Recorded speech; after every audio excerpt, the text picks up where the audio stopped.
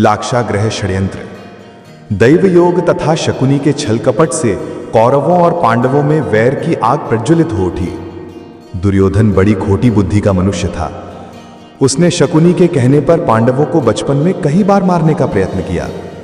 युवावस्था में आकर जब गुणों में उससे अधिक श्रेष्ठ युधिष्ठिर को युवराज बना दिया गया, तो शकुनी ने लाक्ष के बने हुए घर में पांडवों को रखकर आग लगाकर उन्हें जलाने का प्रयत्न किया। किंतु विदुर की सहायता से पांचों पांडव अपनी माता के साथ उस जलते हुए घर से बाहर निकल गए। अपने उत्तम गुणों के कारण युधिष्ठिर हस्तिनापुर के प्रजाजनों में अत्यंत लोकप्रिय हो गए।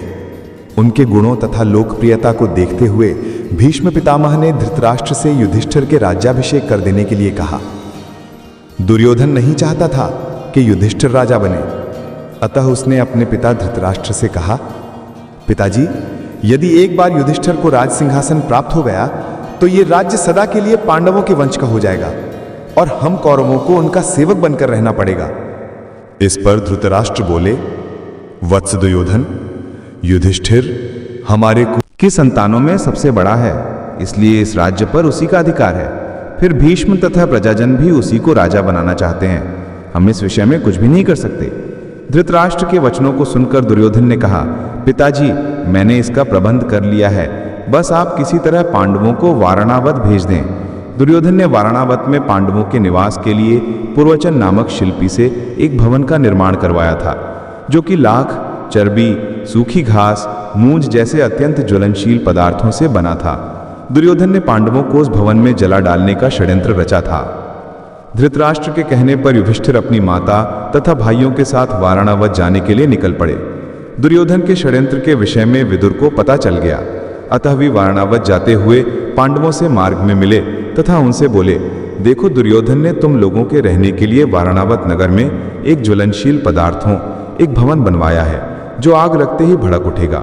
इसलिए तुम लोग भवन के अंदर से वन तक पहुंचने के लिए एक सुरंग अवश्य बनवा लेना, जिससे कि आग लगने पर तुम लोग अपनी रक्षा कर सको।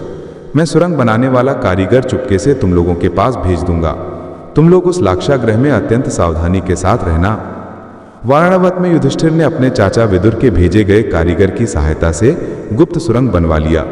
पांडव नित्य आखेट के लिए वन जाने के बहाने अपने छिपने के लिए स्थान की खोज करने लगे। कुछ दिन इसी तरह बिताने के बाद एक दिन युधिष्ठिर ने भीमसेन से कहा, भीम, अब दुष्ट पुरोचन को इसी लाक्षागृह में जलाकर हमें भाग निकलना चाहिए। भीम ने उसी रात्रि पुरोचन को किसी बहाने बुलवाया और उसे उस भवन के एक कक्ष में बंदी बना दिया। उसके पश्चात भवन में आग लगा दिया और अपनी माता कुंती एवं भाइयों के साथ सुरंग के रास्ते वन में भाग निकले। लाक्षागृह के भस्म होने का समाचार जब हस्तिनापुर पहुंचा तो पांडवों को मरा समझकर वहां की प्रजा अत्यंत दुखी हुई। दुर्योधन और धृतराष्ट्र सहित सभी कौरवों ने भी शोक मनाने का दिखावा किया और अंत में उन्होंने पांडवों की अंत्येष्टि करवा दी।